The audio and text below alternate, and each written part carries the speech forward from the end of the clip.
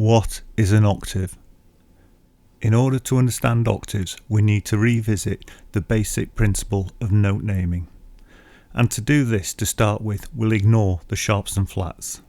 The notes then are named from A to G, that is A, B, C, D, E, F, G. As you can see, this isn't very many notes. So what actually happens is the notes repeat, starting again at A. Where the notes repeat, this is the octave. So for example, we have here the A, and that is the octave.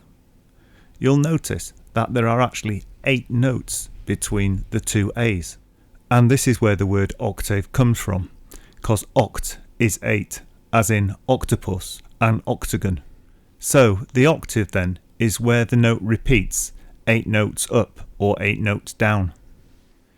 This process of repeating the note names happens again and again, according to the playable range of your instrument. So for example, here you can see a 3-octave range.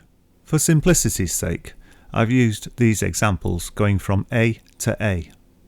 However, more commonly you tend to see it going from C to C.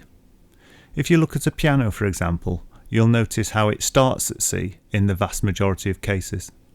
On a piano keyboard, you can also see how the pattern repeats itself every 8th note if we ignore the black notes, which are the sharps and flats. It's also important to know that an octave can occur between any of the notes and any of the note names. Octaves are not just a theoretical thing that exists within the realms of music or tablature. They do actually have an existence in the real world, and they can be demonstrated scientifically.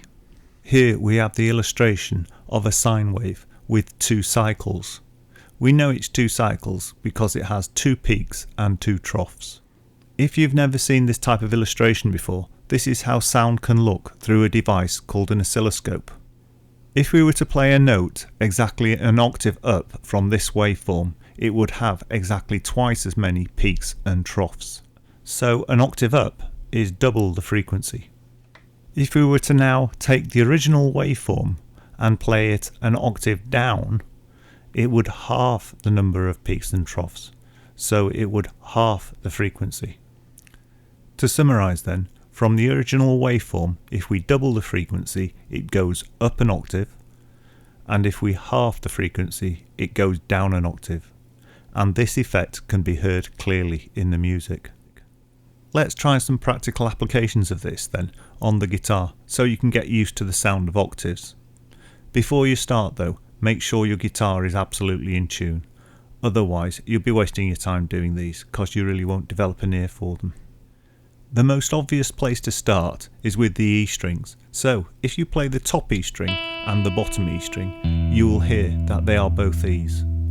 These are obviously 2 octaves apart, and there is an E in the middle. So you could try playing the bottom string, the middle E and the top E string. The middle E is on the 2nd fret of the 3rd string, the D string.